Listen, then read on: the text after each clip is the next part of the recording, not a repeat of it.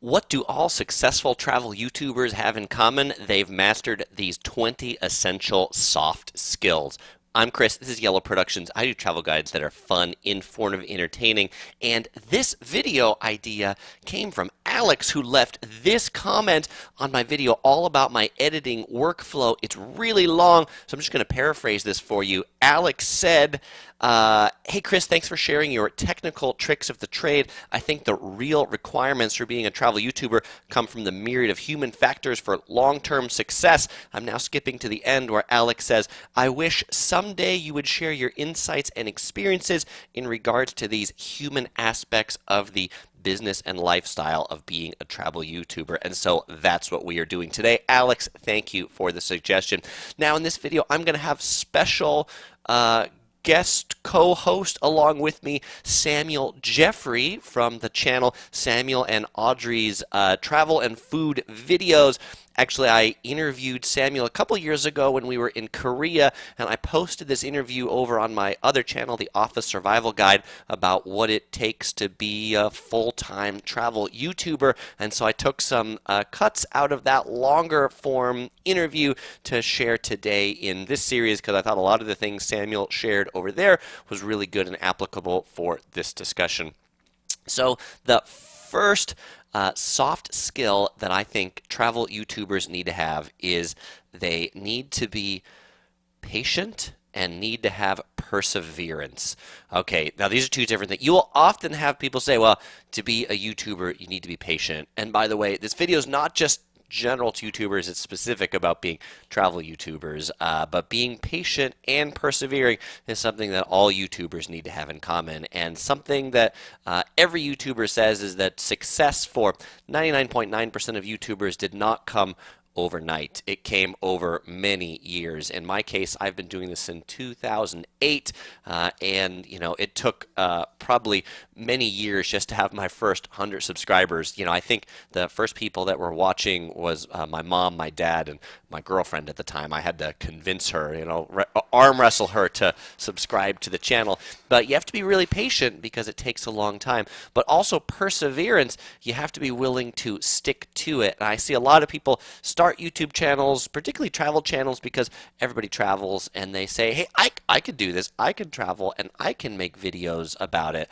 But then they realize that it's actually a lot of work, and then they say, I'm not sure that I want to do all that work. And so actually one of the things is you also really need to be willing to have a passion and grow from a seed. But I want to share what Samuel said about being patient perseverance in his career. So this is a little about a minute clip from Samuel and I in Korea a couple years ago. So I'll be back in just a minute after we watch this. For a lot of people, success doesn't come overnight, and especially for us, I look back at the skills we had when we first started. There weren't a lot, I'll be completely honest. Neither of us were comfortable on camera. We just enjoyed travel. That was really it. And there was a lot of things that we were awkward at when we first began, especially talking in front of a camera. I was terrified of that. Right. And my wife Audrey was shy when we first started. Right. And now if you watch our videos, she just has a lot of confidence and she's quite good on camera. Yeah. And that just happened through repetition, through practice, and through the passion of us wanting to have a career in travel. Yeah. Yeah, and so I see in the chat, Kathy says her Facebook business is the same. Building likers and customers is a hard job, very patient and lots of perseverance. Alex says not just as YouTubers, but also patience required as a photographer for many different reasons. And I think, one thing to realize is, that's people talk about to say, hey, if you want to be a YouTuber, be patient, have perseverance. Also, realize if you don't like it, and actually OC Girl, my wife, she started her YouTube channel and almost has no videos on it because she realized that editing and shooting videos with her in front of the camera is not a big passion for her. So we have a great, I should say, relationship, creative relationship in this where, I'm often the talking head in front of the camera and OC Girl is the creative director behind the camera. All right, so the second soft skill that you need, particularly as a travel YouTuber, is you need to be willing to travel a lot. and on your own dime. Many people, they take a couple vacations a year, but on a couple vacations a year, it's hard to make a lot of travel content. Now, also, a lot of people think, well, hey, Chris, it must be great to be paid to travel. And that's really an illusion for most travel YouTubers. Most travel YouTubers finance their travel on their own. So you look at where a lot of popular travel YouTubers go, they often go to a lot of the more inexpensive countries because it's just cheaper if you're self-financing travel. When you get more subscribers and more popular, then you can do more brand deals and work with tourism groups, which can help finance some of that travel. We'll talk more about that as we get to the business section of this video. But you need the funding in the beginning to do it, and that doesn't come from nowhere.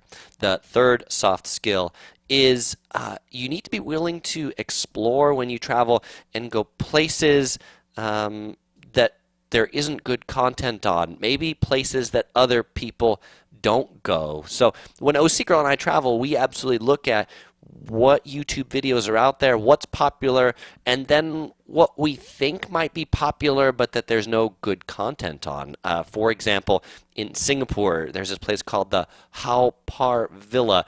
It's this house that was built by the brothers that founded Tiger Balm. It's this healing balm that's really popular in Asia. And the Hao Par Villa is this, you could almost think about it as like a crazy art theme park in Singapore. But it's like one of those like level B or C attractions that, at least when I went, there weren't great videos on. And it's been a decently performing video for me, but it becomes, to be a travel YouTuber, you have to be willing just to go places and say, is this interesting? And then is there content that I can actually make out of it? Which is different than a lot of other YouTubers, which, sketch comedy, Mr. Beast, these sorts of things. They go into videos with a plan to be like, I'm going to shoot this, and this is where I'm going to shoot it, and this is what I'm going to do. Being a travel YouTuber, there's a bit more of, I'm just going to go to this place, and while I'm there, I need to see what's interesting and see what the story becomes. I want to go ahead and take some comments from the chat. Point Traveler says, Japan content is hard to come by. That's how I ended up watching Yellow Productions. For sure, and that was actually the inspiration for Yellow Productions. Yellow, we've talked about why the channel is yellow, but the inspiration for me being on YouTube is the lack of good English content in Japan. And so we'd go to a lot of places and be like, is this interesting? I don't know. It's written in the Japanese tour books. There's a picture of it in a location. Let's go check it out, and then let's make a video about it. Lise Ree says, the Hao Par Villa is bizarre and awesome, so different. It is so different and bizarre for sure. And then Where's My Map points out that, like, hey, if you're in Vegas, maybe go to the Pinball Hall of Fame Museum instead of the Strip. That's a great example where the pinball, everybody's covered the Bellagio fountains, but very few people have covered the Pinball Hall of Fame Museum. Let's see. Leslie says, I feel like the travel YouTubers who fund their own travel are often more authentic. They choose a place they can be passionate about rather than being directed by someone else. That's very true. And we'll also talk more about that, working with travel agencies, boards, this and that, and how to make authentic content as you're doing that too. Okay. The fourth thing that you have to be willing to do as a travel YouTuber is you have to be willing to see less than the average traveler. One of the things when we really decided to make a go of this channel and be travel YouTubers is a friend and kind of coach of mine said, hey Chris, if you really want to get into this YouTube thing, you need to travel like a YouTuber. You need to decide where you're going based upon what you want to make content on, and when you're there, you need to be there like a travel YouTuber, which means spending more time in a destination. So, you think, hey, if you go to some attraction, you just walk through it once. Like there's a video we did in Switzerland of a Hall of Mirrors. So if you were to go to the Hall of Mirrors as a regular person, you would go through the Hall of Mirrors once. As a travel YouTuber making a video on the Hall of Mirrors, you would go through it 4 times in the case of us. And so, whenever we look at things that say like, hey, you can see this attraction or do this walk in 1 hour, we're like, well, that's going to take us 4 hours by the time we walk through it once just to experience it, and then a second time to shoot some video, and then a third time to be like, we didn't get that right, and then a fourth time to maybe take some thumbnail photos, and so it definitely takes a lot longer to see things as a travel YouTuber, and so you end up seeing less things. So Sean says he wants me to visit these cities next year: Paris, Philadelphia, Munich, and Dubai. Well, Sean, I don't know that I can promise any of those next year because I don't know what next year brings, but Paris is definitely one we want to get back to, so that would probably be the one that's highest on the list for us. And Kathy says, I like to see as much as I can as I travel, so that would be hard for sure. So with a travel YouTuber, it's much more like in-depth in an activity instead of like just going and seeing lots of things. The fourth, so we talked about 4. Okay, the 5th soft skill you need as a travel YouTuber is you need to be a good storyteller. And I'm sure you all have watched lots of travel videos that you're like, I don't know what this is about, I don't know where this is, I don't know how A connects with B.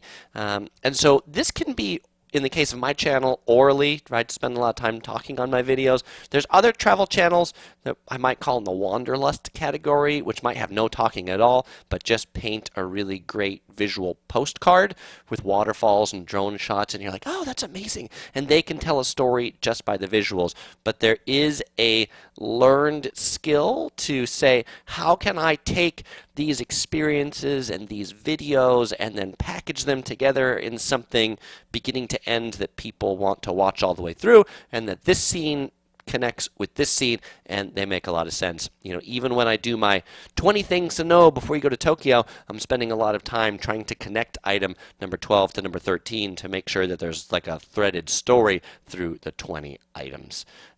Brandon says, I'm fantastic at telling stories. That is good to hear, Brandon.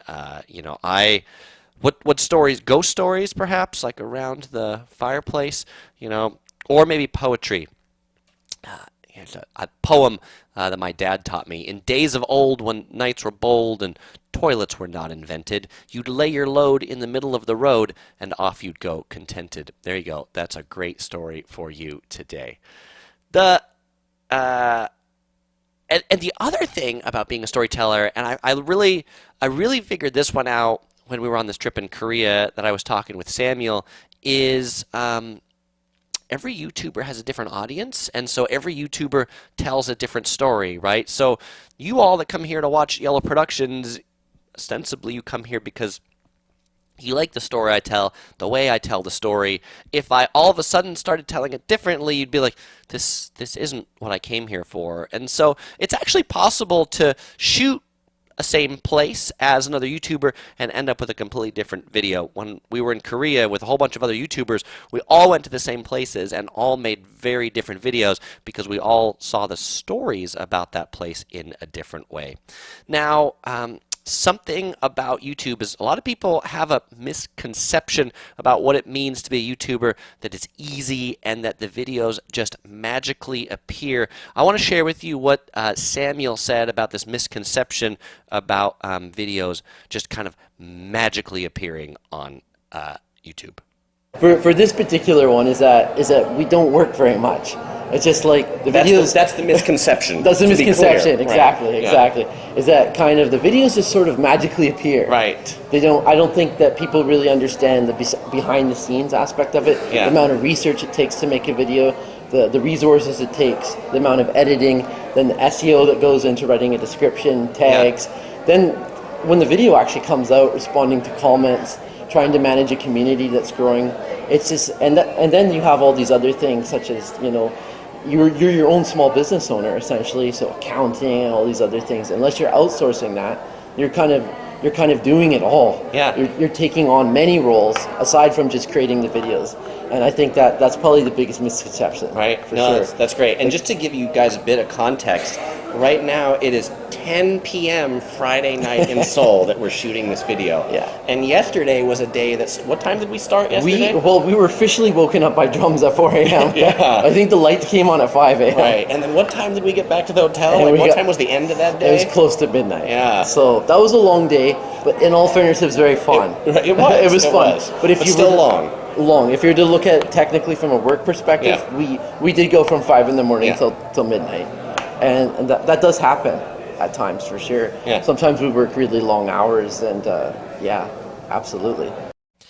And so with that misconception, right, a lot of people dive into YouTube and say, hey, I'm going to do this because it's easy. All you got to do is like shoot a video and you put it up on YouTube and you make millions of dollars, except there are a lot of things that actually have to be done. Kathy says, a lot of behind the scenes work and everything, same as my small business, so much research. Clark says, I'm sure it takes a lot. Whereas my map says YouTube production is very hard work. It is indeed.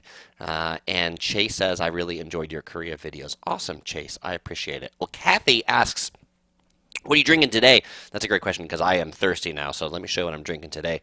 Today I am drinking a roasted oolong tea from Rare Tea. It's this new tea shop in San Diego. Milk on the bottom, tea on the top. Shake it up, and we get a mixed milk tea. It's got a sealed lid so I can shake it and not have to worry about it. Get my straw here with my pointy end on it and poke that through my tea. What I like about this tea shop, they actually make these milk teas not from powder, but actual tea. They put actual tea, they put hot water in it, and then they brew it in a, almost like an espresso machine, like a high pressure. And it's a good, strong tea taste here. I'll put that back here in the shot as it was. Chris from Hello from Hawaii, thanks for joining today. Chris says, great point that different creators tell different stories for different audiences. Important to remember there are a lot of creators making similar videos for sure. And I would say, you know, a lot of people say when you're starting out on YouTube to look at other creators for inspiration. I think it's good to see how people do different angles and techniques that they use, but I think you know, sometimes if you're going to a destination, you might not even want to watch any of the videos, so that you just make sure it's really your style, it's really your message. And Brandon asks, what is everybody else drinking today? So yes, what is everybody else drinking today? Should definitely share. I know that Kathy in Australia is likely drinking some tea, hot tea, but what is everybody else drinking? Okay, so that discussion that we just had from Samuel about YouTube being hard work and a lot of things to go into it leads us to essential soft skill number 6, which means you need to be self-motivated. And what does it mean to be self-motivated? Well, you know, one of the reasons why people often say, hey, I want to quit my job to do something like YouTube is because they're tired of getting yelled at by their boss or being told what to do by somebody else or being forced on another schedule. And that's good and bad. It's good and bad because you don't have anybody hassling you about what you're doing or not. But the con is that nobody's telling you what to do, and so nothing's going to get done unless you decide to get it done. And so I've kind of got like 3 subparts to being self-motivated that I think are important. And the first one is having time management skills. This was one that in Alex's big long comment, he went through and said, hey Chris, how do you do this as a dad and also someone that's a software developer? Like, how do you juggle all these things, a family, a life, leisure? And I will tell you, especially since we've had our traveling princess who is 20 months old now, time management has become even more critical because I don't have big chunks of time on the weekend just to sit in front of my computer anymore. And so chunking out and say, okay, in this 30 minutes, I'm going to work on the outline and finish the outline. I got 15 minutes here, and so I'm going to work on the thumbnail. We put the traveling princess to bed, and then I'm going to upload it and write the description. And so I spend a lot of time on the margins to be able to do that stuff, to know that I want to do at least 2 videos every week. I want to do a live stream, and I want to do recorded video. But let's hear what Samuel has to say about time management. And instead, I'm watching cat videos. Sure. Looking over you, you can really waste a lot of time. There's some afternoons where it's just shocking. I'm thinking like, I should be editing my video. Right. And instead, I'm watching cat videos. Sure. Cat videos are seductive. Yeah. You know, that's a hole anybody can fall into. That's the original YouTube, right? It is, right. It really was about cat videos. Yeah, in the it might beginning. be panda videos, too. Panda videos, too. Right. Pandas are awfully They're cute. so cute. They are. Any animal, really. Right. Time management skills are something that I think it takes time it takes actually, not so much time, but discipline to develop them. And it's not something that really happens overnight, especially for me. I found in terms of time management, sometimes the best thing for me is just to have a written schedule and to have deadlines and to have consequences. Yeah. And if there isn't consequences, like if I don't get this done by then I don't get to do something that I'm looking forward to do. If I have like a reward system, right. reward and punishments, like yeah. that really helps me. Yeah. Because otherwise it's just like there's always tomorrow, I can put it off another day. Right. And procrastination is something I think that no matter what you're doing, even if you're doing something that you love, like in this case, I really love travel, I really love doing YouTube, there's definitely aspects of my job that I procrastinate on. And even now, it's a constant struggle. It's something that I'm still hoping to improve as time goes by. The good news, Sam, is I've really been putting off learning how to procrastinate, so that hasn't been a challenge for me at all. You got it figured out. I just keep putting that one off. So on the note of these videos taking a lot of work, Leesery says, unfortunately, some people do just shoot a video and upload it without proper editing, and those they get 5 views and never see the light of day. Alex, as a photographer, says, I've had many of those 4 to 5 a.m. almost midnight days getting to do photography. I know the toll it can take mentally and physically. It can be really exhausting. When we did the Korea trip, I had this epiphany, great idea to be like, I am going to do daily vlogs while we're there. I am going to take my MacBook Pro, and every night in the hotel, I'm going to cut a daily vlog. And boy, I did that for like 1 or 2 nights, and I'm like, I'm exhausted. I need to go to sleep. I can't do this. Y'all are going to see these videos when I get back. And if I was cutting them every night, they weren't as good as opposed to coming back home, sitting in front of my multiple monitors, spending more time, and making a better video. Clark asks, what's one of your favorite memories while traveling? So many great memories while traveling, honestly. But I think probably my favorite memory is just the first time I was in Japan, because I just found it a land and a magical place of unknown and curiosity. And I remember opening the door to our hotel room. It wouldn't open all the way because the room was so small. It was probably one of my memories. Pointstar asks if you considered making airline reviews. I've considered it. I guess I've just not ended up doing it. And related to drinks, Steve-O says he's drinking martinis, and Kathy says she's about to drink a cup of tea.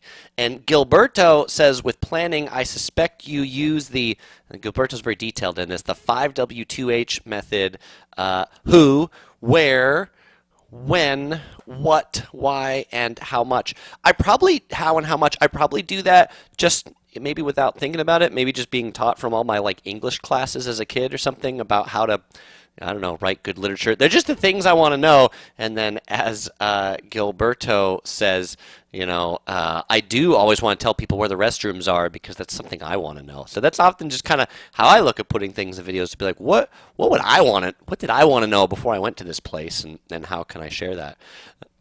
So in relation to the 6th soft skill of being self-motivated, if you want to work full-time at this, then be prepared to work a lot. Obviously, for me, this is a very involved hobby, but if you're working full-time, a lot of people don't really realize that they might leave their full-time 40-hour-a-week job to become a travel YouTuber only to work 60 to 80 hours a week. I asked Samuel what his typical work week looks like as a full-time YouTuber, so let's take a lens into what it looks like in a week to be a full-time travel YouTuber. But the one thing that is somewhat frustrating about taking time off as a YouTuber is that the emails start piling up. Sure. The to-do list piles up. So it's like there's always this sort of nagging sense in the back of my mind that, okay, I'm going to take some time off, but at the same time, I know my to-do list is quickly piling up. That video backlog only lasts so long, right? Exactly. And then the emails can get out of control, and then you realize, oh my gosh, I haven't responded to comments in days. And then you're just trying to it's kind of like a frantic dash to catch up. Yeah. And so that can be frustrating. But I would say on average, it's probably between 50 to 70 hours. Right. 50 to 70 hours average on a week. And at the beginning, he was going into one of the problems when you're self-employed as a travel YouTuber is it's really hard to take time off. It's hard to get off the treadmill. It's hard to take actual vacation because then you need to keep making videos and keep uploading videos. And if you don't upload a video, then you don't have one. And so, then there becomes the whole thing about how do you know when to stop working, right? That's also as important as being self-motivated. The seventh essential soft skill of a travel YouTuber is to be charismatic, in the sense of a personality that people want to tune into. And I mean, I guess sure there are channels that are mean and hateful on YouTube, but they're not really travel channels, because anybody who's a travel YouTuber won't do very well in the space if they're just mean and hateful all the time. I know that people often say that controversy does well, but controversy does not do well when it comes to traveling and approaching new cultures, which is the eighth essential soft skill. Being able to approach and respect new cultures, foods, people. We've certainly had many lost in translation moments in places where we don't speak the language, but just being respectful, giving people a smile. If you're out in a night market or a food stall, at least for us, if we want to record some people, might just kind of like hold up the camera and smile at them to be like, hey, is this okay? And even though I might not speak the same language as them, if I hold up the camera, point to it and smile, and then they smile back or give a head nod, then I'm like, okay, then it's okay if I shoot them. But being charismatic really helps unlock a lot of shooting opportunities and working with people than you would if you were using salt instead of sugar. Sahar asked, what program do I use to edit my thumbnails? I use Photoshop to edit my thumbnails. And that's, I wouldn't call thumbnail editing a soft skill. I would consider that a hard skill. If you want to see more about my whole workflow, that was a live stream I did a couple weeks ago. You can check a link in the description to my whole live stream playlist and find how I create and edit travel videos, and I walk you through all the software that I use to edit the videos, to edit the thumbnails in there. Emily says, I'm a new subscriber, first time live. I've been traveling the world to some incredible places, and so I wish I started a YouTube channel years ago. Now I'm equipped and just can't get motivated. Well, Emily, hopefully I can motivate you today. And Emily, I will tell you, since I'm just talking to you and there aren't 70 other people here, I'm just talking to you, Emily. Start. Just get started. Just post your first video. You got to start. Just start. That's it. All right. Okay, so the ninth essential soft skill of travel YouTubers is to be physically and mentally able to spend lots of time alone editing and making thumbnails and writing descriptions. And it's something where a lot of people think, hey, it's great. I just go out, I travel, I make videos, and then they're on YouTube. And as I have said previously, a lot of the hard work actually comes in the editing room, and it's the post-production rather than the actual production. I asked Samuel a little bit about this, about how much time he spends in the office as opposed to on travel. So let's hear what that looks like for Samuel, who is a full-time travel YouTuber. I'll give you an example. So recently my wife and I, we went to Argentina, and in the past we used to have a system where we would spend a lot of time on the road, but because of that we would travel slower, and we'd have like these mini bases. Say we would go to a city for 7 to 10 days. We might spend 3 or 4 of those days traveling and another like 5 to 6 kind of working. Yeah. But it would look like we're traveling there just the whole time. Right. But people wouldn't realize we're actually spending a lot longer. So we've actually changed that system now. What we're doing is sort of longer trips, but we're focusing, when we do the trips, we're kind of all in on filming, and we're not so much on editing. So when we do a trip like that, say we go to Argentina for 2 to 3 months like we just did, what we'll do is we'll try to have a backlog of videos already scheduled so that while we're on the road we don't feel the pressure to be editing as much. But in terms of like that actual balance, I would say we would spend about 1/3 of the time on the road and 2/3 of the time in the office at this point. Yeah. And in this case, the office for you is home, right? A home office. Yeah, exactly, a home office. And sometimes it's a road office too. Yeah, sure. Yeah, and our road offices aren't always great. We don't always have comfortable workspace, right? Or even reliable internet, which is honestly the biggest issue. Hopefully a hotel room with at least a desk, right? Yes. Yeah. Alex asks, Chris, how many terabytes of video backup do you have now, including edited videos and clips? I would say I mean, on this computer, that's the main computer that I use to edit, there's like 60 terabytes of hard drive space in there. There's a lot of hard drive space in there. I've got more backed up in the cloud. Obviously, I've got more on this MacBook Pro. I've got a second computer that I use to edit video. So there's a lot. And I keep it all online. I keep everything that I record because I never know when I want to come back to it. Roden Land says YouTube travel video making is a lot of I'll fix it in post. And so I would say this is also maybe a learned skill for me is not to fix it in post. Definitely one of my goals is the more I can just record correctly while I'm there, including audio, including voiceovers. I'll record voiceovers on location even if I know I'm going to track it to some different video just so that I have it there and I don't have to think about it later.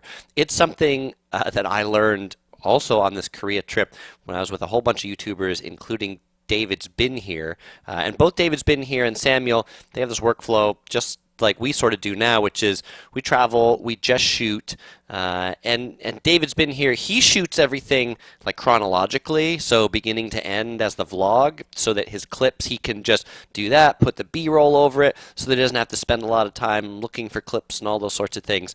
Because I end up shooting like a lot of videos all together and not really doing the vlog style where I shoot these informative videos and food reviews and all that stuff.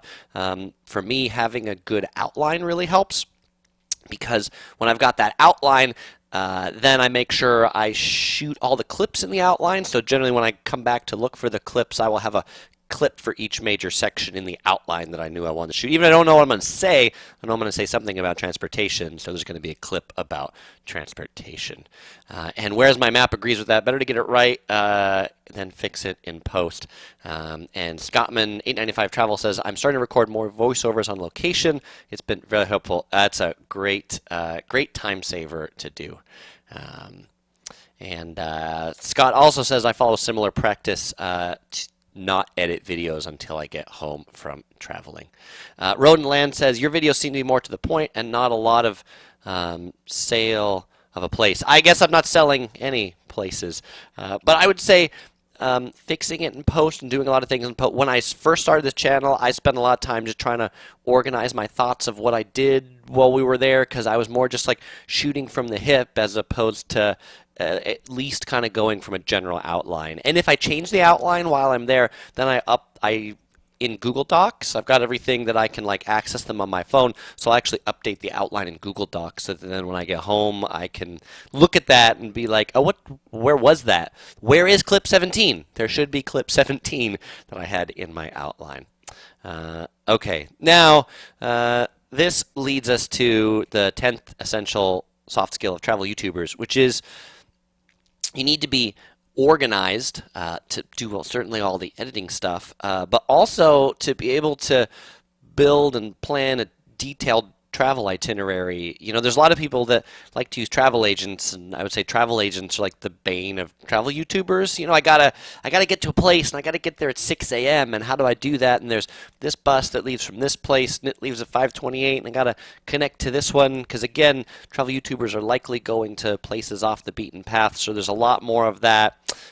Organizing to make sure you go to the right places, you go to the right times, particularly if you're arranging any like special shooting, maybe like a restaurant, so like, hey, can I shoot there? Then that's more organization because you need to know I'm going to do that on Wednesday instead of Thursday. But being organized, but also leaving enough time for the serendipitous shooting as it comes. I consider this the skill of just being a advanced traveler, essentially.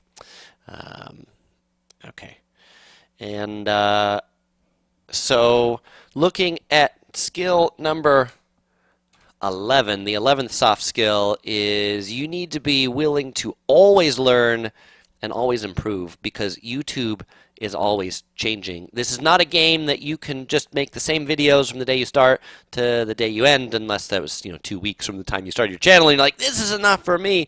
But YouTube's always evolving, and if you've watched Yellow Productions over the years, you'll notice that my videos today are a lot different than the videos when I started. And certainly I've learned, I think, what makes a better video, but I've also evolved into different things on YouTube, right? Back in 2008 and 2010, this sort of stuff, with cat videos being popular, like 3-minute videos were super popular.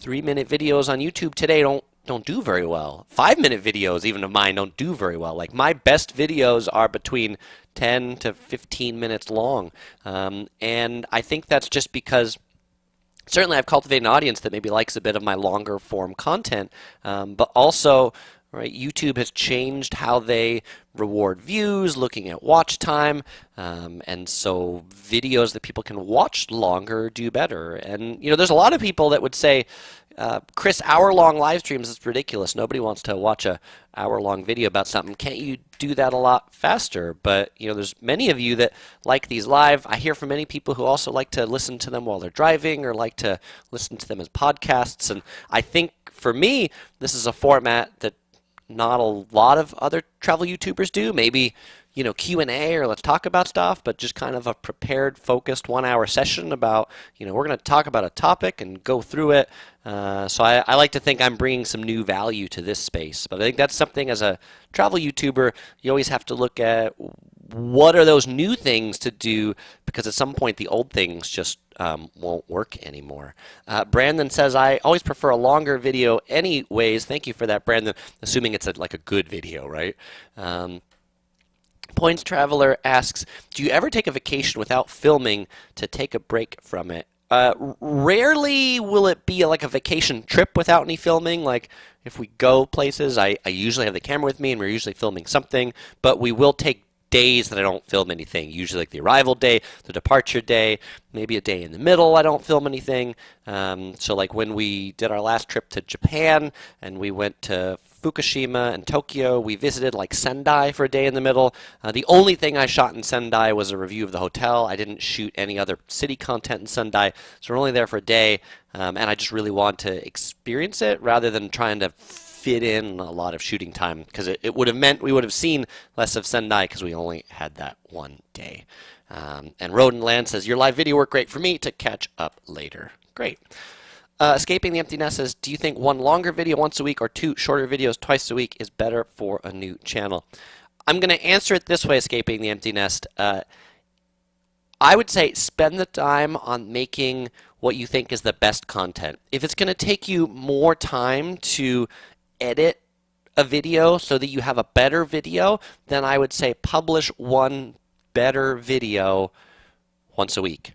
If you can create 2 shorter, really good videos and they're still just as good, then make 2. The thing I think about making 2, particularly on YouTube, an area that has like search and recommendations, is there is something to covering a certain amount of like search space or topic space, and the more topic space you cover, the more people can discover you because you're just in more topics, right? So like me, people can discover Yellow Productions if they look up Japan, or if they look up Hawaii, or if they look up Las Vegas. There's a lot of ways that they can discover it, and so, or Las Vegas cheap, Las Vegas hotels, and so I look at 2 videos. I would never make something like Japan Travel Vlog Part 1 and Japan Travel Vlog Part 2, because at least for search recommendations, those just end up being the same thing, but I would look at how are they on slightly different topics so that I could try to capture slightly different audiences, slightly different search traffic, slightly different recommendations into those videos. Where's my map says, the experts say make content your audience wants to watch. Easier said than done. Yeah, I guess it takes something to make things that lots of people want to watch. For me, I've figured out, like anything I make on Vegas, tons of people want to watch. But then if you've also looked at to like the Vegas updates that I'm doing now, again, I'm trying to make them different than a lot of the Vegas vloggers, which cover, a specific thing, like, hey, there's a new buffet opening, or the Raiders stadium is opened, or I'm like, hey, let me give you like a month of updates all in one video, so you can get like 10 minutes of great information just in 10 minutes, kind of, fast and furious. So there's never a time that people go through it and want to unplug, right? Rodent Land asks if OC Girl has ever been on a video. She sure has. She's actually been in a number of videos. You just have to find the ones she has been.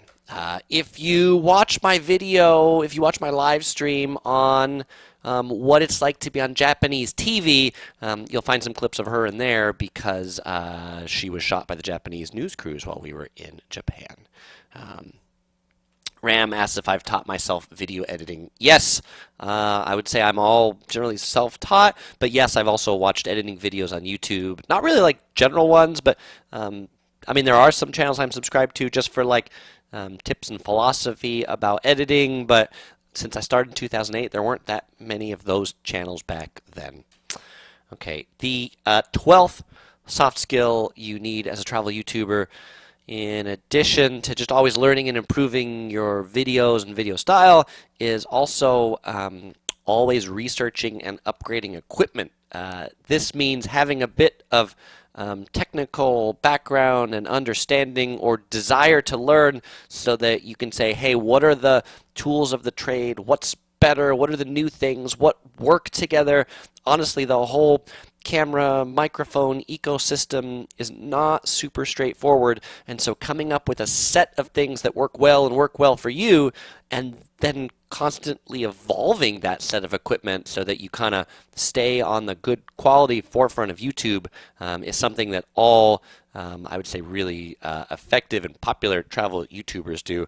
You know, just like me, even when I look at my cell phone, like I got the Samsung Galaxy S21 Ultra because I'm like, this is a cell phone that I can shoot really good video on. It's a cell phone that also cost $1,500, but it's a cell phone that means not just a phone in my pocket, but actually all the walking tours on my channel recently have been recorded on this phone. But then how do I get good audio to the phone? Well, how do I plug this headset into this phone? And then going down that rabbit trail of, 20 or 40 hours of research to be like, I know there's a way that I can connect this headset to this phone. All right.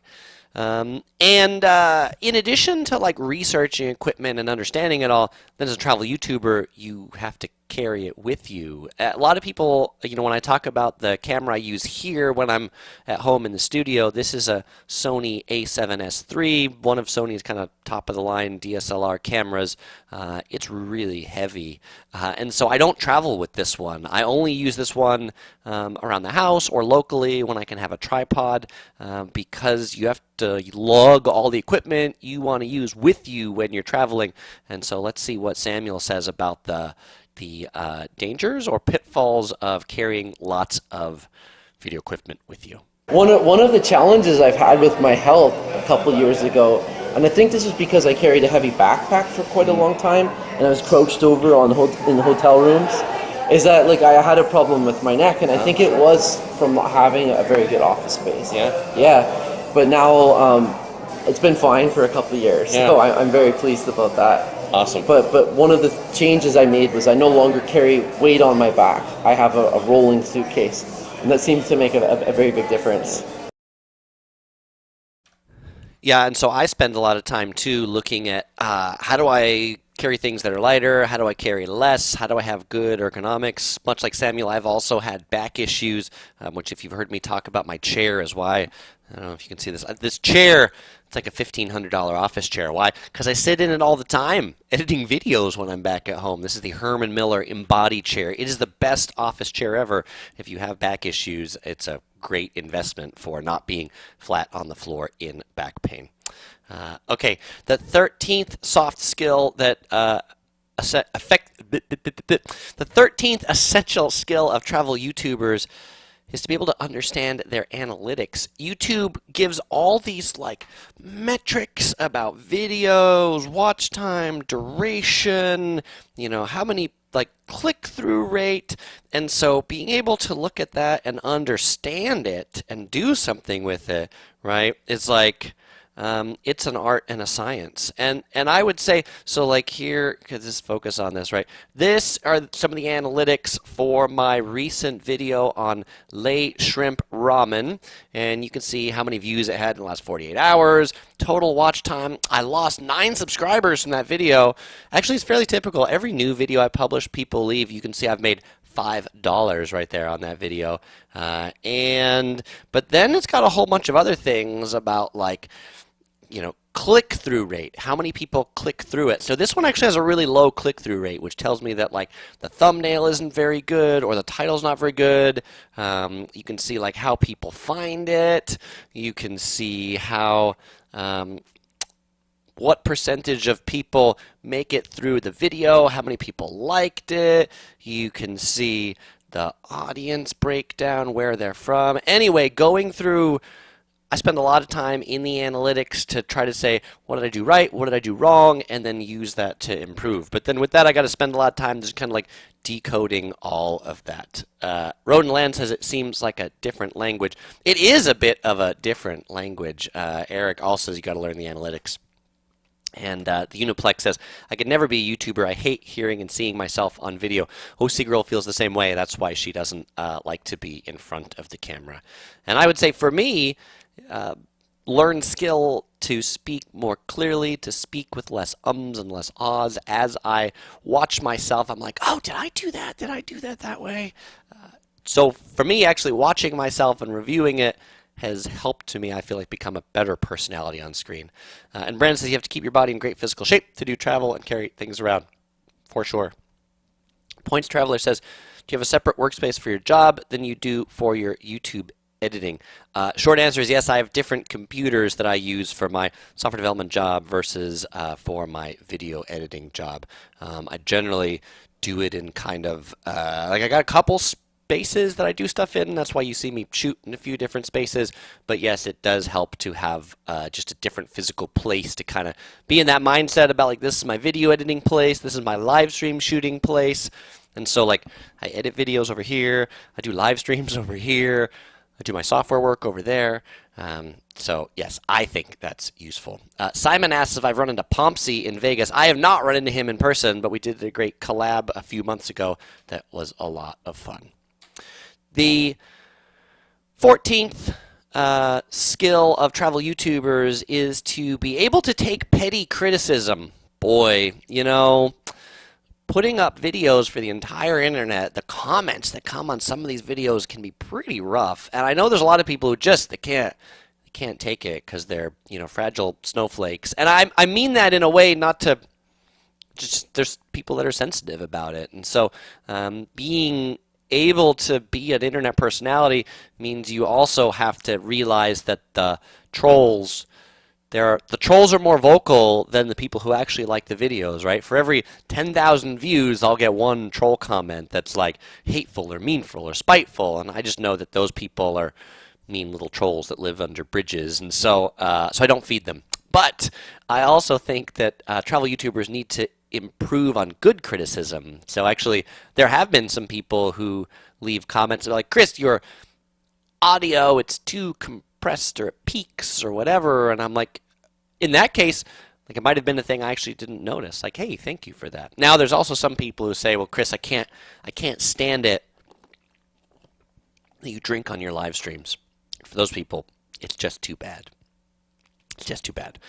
The 15th essential skill that travel YouTubers need is they need to be able to be okay being told to stop filming. This is something that will happen to any travel YouTuber, because as a travel YouTuber, you're not just filming in your house, in your background in the park, but you're filming in places that have security guards and employees and restaurants, and eventually somebody will be unenlightened and tell you you can't film here. In the video I published last week, the walking tour of Little Tokyo, right at the end of that walking tour, if you were to watch it again, the last 20 seconds, there's a security guard you can see walking up behind me. As soon as I stopped recording, 5 seconds later, the security guard comes up to me and says, "You can't record here." I'm like, okay. That's the response. Somebody says, "You can't record here." Okay. Thank you for doing your job. I appreciate it. I will go record someplace else. But if you plan to shoot in a place and somebody tells you you can't do it, then you have to be flexible and go, okay, what is plan B? Briggs says, ignore the turds. Kathy says, I don't like the trolls. Yeah, for sure. Jennified says, you're always so gracious in your responses. I appreciate that, Jennified. I think it's important to respond to comments. If people assuming they're not a troll, if people took the time to leave a comment on one of my videos, then I try as hard as I can to respond to as many comments as I can, even if it's just a heart, to let people know that I read it, but I also try to type out a response to as many as I can. I know that I can't get to all of them, but I want to do for some what I'd like to be able to do for all. Points Traveler asks, how do you regulate the trolls in your live stream chats? I have a great group of regular members of the Yellow Productions crew here that you can see that their names appear in blue and they've got the wrenches. They've agreed to help out moderating the trolls in the live chat. So that's how those get handled. Because it was hard when I was doing this and having to put people in timeout and things like that. And so that helps considerably. So thank you to the Yellow Productions crew moderators that are on today. All right. Now, for the remaining few minutes of this stream, remaining 10 minutes or so, I want to get into the business aspect. And so the last 5 here are about skills related to running YouTube as a business. So the first one is many people think the way that YouTubers make all their money is off AdSense revenue, but all the really YouTubers that are diversified and make a decent income will tell you that they make more of their income than just AdSense. And so actually let's go ahead and hear from Samuel what being a YouTuber and kind of some of that looks like for him on the business side.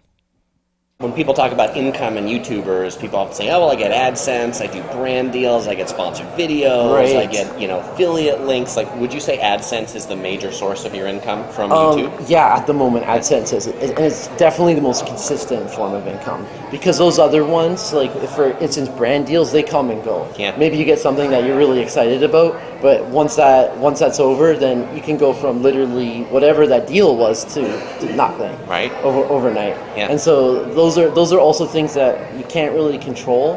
And so I find that, like, in terms of my own peace of mind, like being able to earn enough with particularly the ads on YouTube is very important. So with that, you have to be able to willing to self-finance for the beginning of your channel, because nothing's going to be coming in. You might get enough AdSense revenue, as you saw my $5 on that shrimp video, to buy a double In-N-Out burger, but that's not gonna make or break anyone for the first few years or first few thousand subscribers on their YouTube channel. Because of that, it leads travel YouTubers to being a jack of all trades in the beginning, having to learn how to use cameras, to edit videos, to create thumbnails. The really successful full-time creators with millions of subscribers hire video editors, hire people to do their thumbnails, hire people to travel around with them with camera crews. That's like the top 1%. Which in this case, you gotta like get there, so you gotta get through all those other phases. Now, speaking of brand deals, the 17th essential skill of travel YouTubers, and Samuel talked about to say that his AdSense is the most predictable income, and I kind of look at AdSense as like a stipend or like a base salary. If you were like a commissioned salesperson, it'd be like your draw, or like, hey, this is your base pay that you're just going to get, so if nothing else, you'll kind of get roughly this revenue from AdSense, assuming people keep watching your videos. But then we talked about brand deals with Samuel a little bit. Working with brands is a challenge, because I've talked in my other videos about all the emails that I get from legitimate and illegitimate places offering me snorkels and dreadlocks to review and like crazy things. And so there's time spent identifying legit offers from scams and honestly saying no to most. I say no to 99% of the stuff that goes into my chris@yellowproductions.com email box that's in my description. I don't say no if you want a t-shirt, 'cause that's where I tell you to send your address and send that off to you. But then if there is like a brand deal that goes forward, then it's usually like, well, they want to talk to you on the phone. You got to have some time. You got to schedule it. Then they reschedule it. You have to have a few phone calls. Then it takes time away from creating videos and editing videos. And it's just not a thing that most people who got into making videos didn't get into it because they love talking to brands, and so that's a skill. And then brands are going to try to get the most amount for the least amount of money, and so then there come in like the haggling skills with them to be like, well, I know you want to pay me 3 cents for this, but I think I'm worth 7 cents. So can we figure out something? Which leads us to the 18th skill, which is obviously y'all know that are regular viewers of Yellow Productions. There aren't a lot of branded or sponsored videos on this channel, but when I've done that, right, and a recent one was the Top Cashback video. So the video that was sponsored by Top Cashback about getting good deals on Las Vegas hotels, right? To be like, hey, what's something that can integrate the sponsor that also makes sense for me, that I'm happy to talk about, that isn't an advertisement? And this is one where like I got sometimes I'll get into conversations with brands about, hey, Chris, we'd like you to make a video on X. We'd like you to review our product or our site. And I'm like, that wouldn't be a video that people would want to watch. You know, I could talk about it in the context of this. Yeah, Chris, that's not really the video we're interested in making. We just want you to kind of make the infomercial video.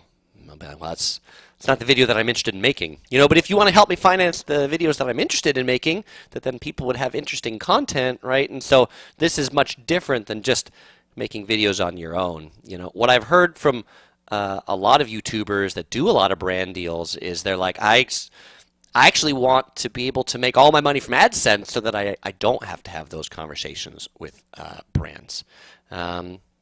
Grant asks, do you have any choice or say in the ads on your channel? Generally not in the ones that YouTube places on there. You can say whether you want pre-roll ones, mid-roll ones, but you can't say what types of ads YouTube runs on them. And Brandon says there's not many sponsored videos because I don't want to turn this channel just into an infomercial. I want to make sure that the content that you come here for and the value you want to get, that you always get. Points Traveler asks if COVID has significantly impacted the growth of your travel channel. For sure it has. I was, before the pandemic, so February 2019, I was doing about 1 million views to the channel every month. Now I'm at like 500,000 views, or maybe about 500,000 views a month. So like the view content has halved. It picked up maybe 2 months ago when people were like, everybody's getting vaccinated, travel's good. But now the Delta's come back again. I've definitely seen another downtick on it. Which is why I've also doubled down on these live streams to be like, hey, people aren't researching London or Hong Kong or Tokyo because people can't go there. And so I'm also like, okay, well, what's other content that people want to consume and can consume while they can't travel anywhere that's still about travel?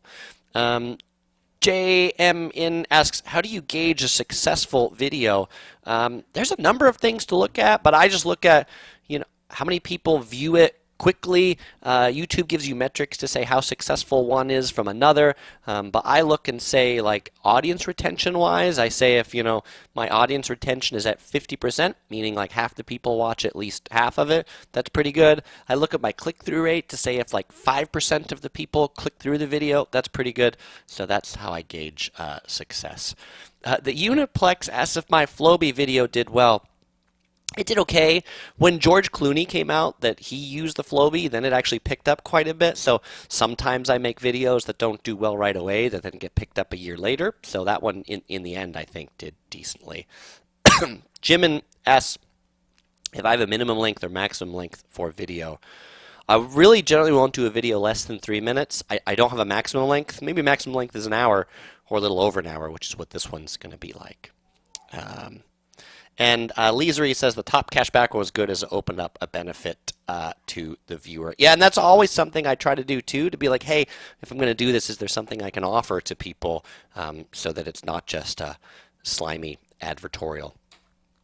The 19th soft skill travel YouTubers need to have is they need to be willing to network, to meet new people, to collab. I asked Samuel how important this is. Here's his answer. By being able to go to conferences, meet new people, meet other people in your industry, whether it be fellow video content creators or people on the PR side, being able to go and have conversations, strike up conversations, talk to new people. And to be honest, for a lot of people that's nerve-wracking. Right. Going into a big room, not knowing anyone, Yeah. and being able to strike up conversations and meet new people, Yeah. and develop rapport and things like that. So not a natural skill for people that often just like being in front of the camera, in front of the editing booth. The Traveling Princess has joined us right here for our last number.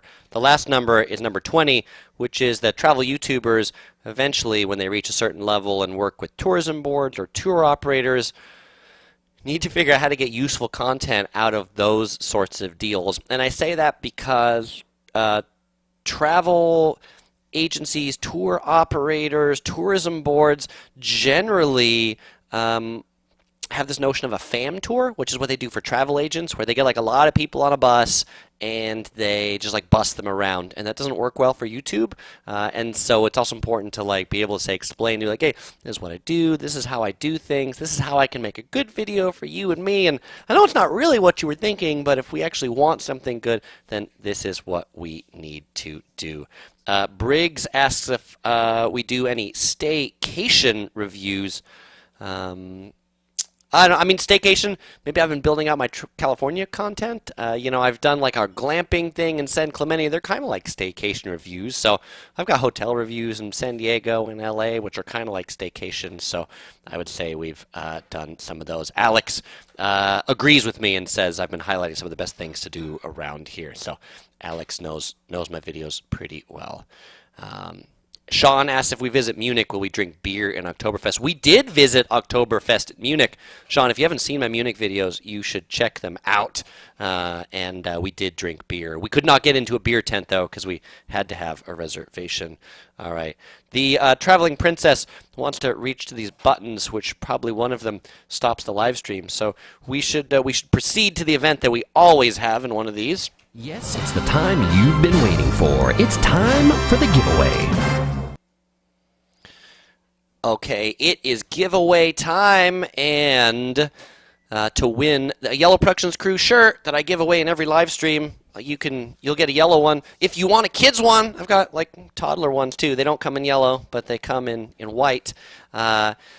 What is the first essential skill of travel YouTubers? I had 2 words.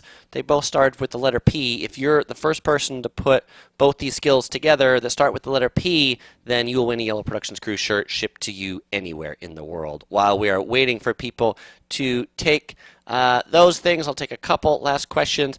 Points Traveler wants to know where is our next trip? We're going to Vancouver for our next trip. Grant asks if I ever feel like the godfather of Pomsey and Turn Up World's channel since you gave them publicity and airtime as they're growing. I think it's cool to connect with them while they were early and young in their subscriber base. I'm super happy to see all the success that they've had. I'll say it that way.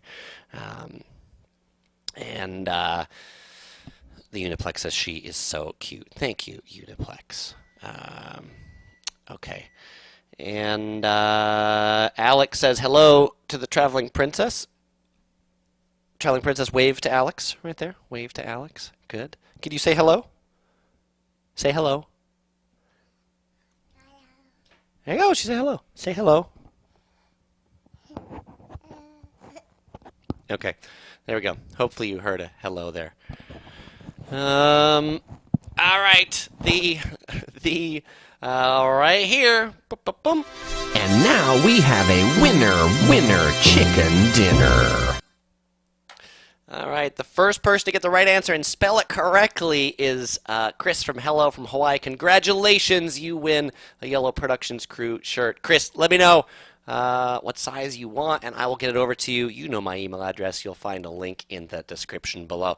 I saw some other people that gave answers, but maybe YouTube auto-corrected it with patient instead of patience. But congratulations, Chris. All right. Well, the last thing I want to say to you, just as a words of encouragement, is that if you're thinking about becoming a travel YouTuber and you haven't started, just get started. The only way you're going to be an effective and essential and awesome travel YouTuber is to start. So if you haven't made your first video, just go ahead and do it, because you'll just get better and you'll learn all these skills as you go. Well, as usual, we won't say goodbye because we're going to see you in the next video.